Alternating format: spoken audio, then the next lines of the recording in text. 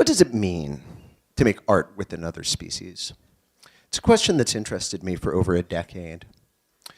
While there's no formally recognized genre of interspecies art, a few artists have been working in this sort of way for a long time.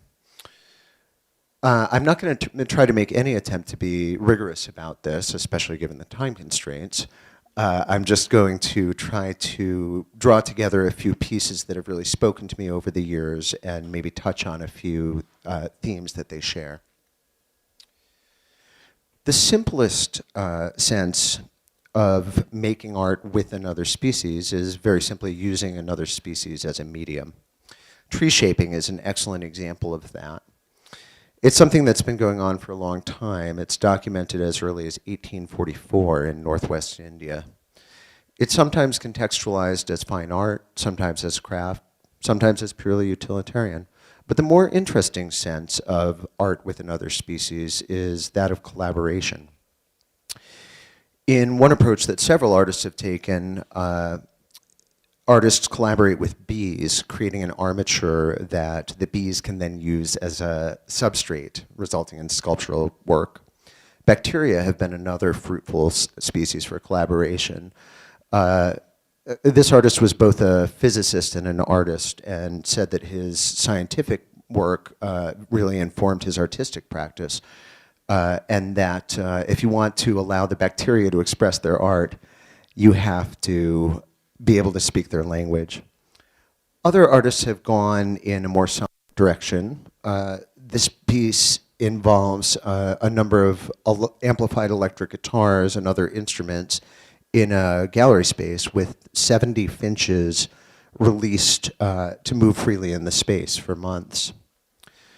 Probably the greatest precedent for interspecies art as a genre is process art, which was recognized as a distinct genre in the 1960s. This artist installed an ant colony inside a high-resolution flatbed scanner and took a scan once a week for a period of 5 years, resulting in a stop-motion video that showed the gradual decay and destruction of the scanner itself. It's worth watching the video for sure. One of the themes that keeps drawing me back to this sort of work is that of technological augmentation. Some interspecies collaboration can begin to suggest to us what it might be like to be technologically augmented humans by exploring what it might mean to be, for example, technologically augmented fish. In this piece, betta fish are given the ability to move freely around a space on land using these motorized pedestals that they can control. It gives them a new mode of interaction rather than just mating and fighting. A few artists have taken a different approach entirely, one of translation. Jody Gladding searches out these expressive markings made by bark beetle larvae and translates them very evocatively into English language poetry. Working with endangered and threatened species is a great way to begin to give them a sort of voice of their own. Jason Taylor places his unfinished sculptures in shallow ocean waters, where they're gradually colonized by coral and become artificial coral reefs. This not only gives them a voice, but it provides them with habitat that they need and draws our attention to their extremely fragile beauty.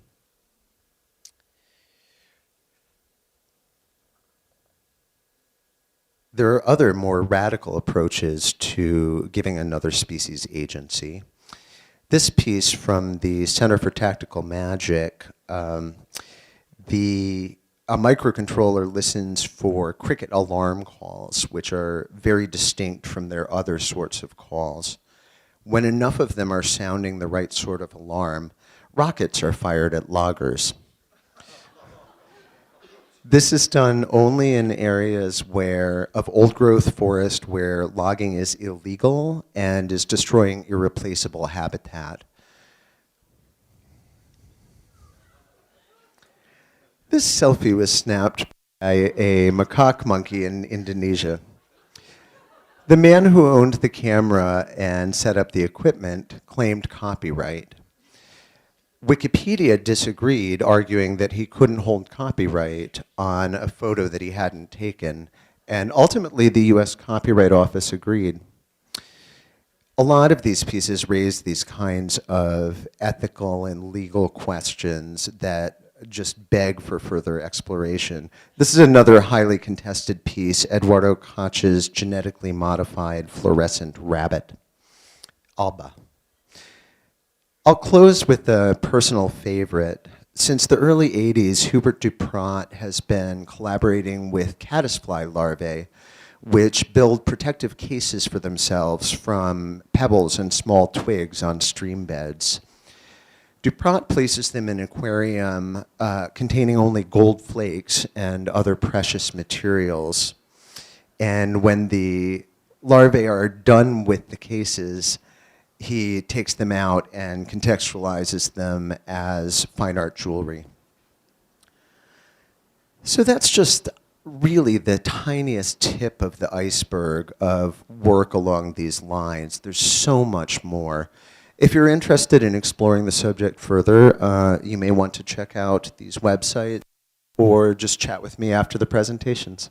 Thank you.